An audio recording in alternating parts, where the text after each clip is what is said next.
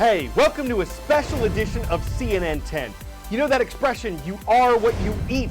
Well, CNN has a raw ingredients series that looks at how the U.S. food industry has changed, how engineering and importing have replaced old-fashioned growing, and how consumer demand still factors into how the industry produces our food.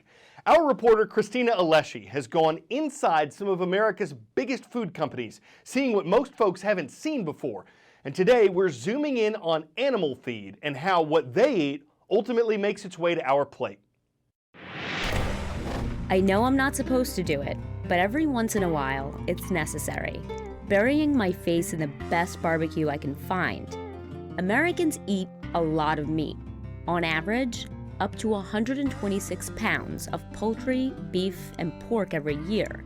For some, it's more than their own body weight. But depending on the animal, producing 1 pound of meat can take 2, 3, or even 6 pounds of feed. And what some of our livestock is eating are things you'd never put in your mouth. We're going this way. This is a hog finishing farm in Iowa.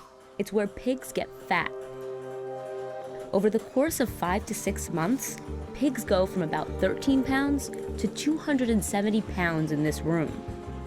Why did they get all quiet all of a sudden? They want to hear what I have to say. Oh, wow, that's amazing. The smell was awful, but for me, the most unsavory part of this process is the one you rarely get to examine closely. In fact, it's one of the most opaque corners of the meat industry. It's the animal feed itself. Most animals raised in this country eat a secret formula. Some elements of the mix are even unknown to the farmer, but it's safe to say that it includes proteins, fats, and in many cases, drugs. But the base for much of it is lots and lots of corn. Do you feel like this was what you were born to do? I feel this is what God put me on the earth for. Roger Zylistra has been farming corn for more than 30 years. This corn is not corn we'd eat. It's not corn I'd put on my grill. No, it is not. We grow it as a commodity. It really ultimately comes down to economics. And if it wasn't for the meat industry, Roger might have a tough time staying in business. That's because America's livestock are essentially just corn conversion machines. First, the corn travels to a storage facility like this one. This is 1 million bushels, or 56 million pounds of corn. And that's just the overflow from the massive storage containers. We need to hold a whole year's worth of production at one time, and then it's metered out throughout the remainder of the year. Nearly 40% of all the corn grown in the U.S. goes to animal feed. Rick Weigel makes hog feed. How many ingredients are you looking at the end of the day? Probably 10 to 12 different ingredients in. That includes pig fat. So yes, the pigs are eating pig fat. One of the biggest feed makers is 250 miles north, Cargill in Minnesota. We believe our purpose here is to be able to feed the world. And to feed the world, we got to find the most efficient way to grow healthy animals. So we spend a lot of time doing the research to tackle exactly that question.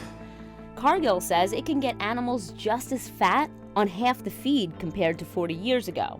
But for many in the industry, it's not just about less feed, it's about bigger animals. How do you get livestock to explode in size in just a few months? The industry has a term for it: renderings. Animal byproducts like meat and bone meal, leftover grease from restaurants, and even meal made from poultry feathers. To get a chicken to market weight, it takes between 42 and 48 days. I mean, that's amazingly fast. Dr. Keith Nachman investigates the impact of industrial food production on public health at Johns Hopkins. One of his studies found arsenic in chicken meat. It came from a growth promotion drug in feed that has since been suspended by the FDA. In another study, Nachman's team found that some chicken feather meal contained small amounts of the active drugs in Tylenol, Benadryl, and Prozac. An industry group rejected the findings, but Nachman stands by it. No matter how they got there, these feathers are destined for use in animals. That was surprising and a little troubling to us.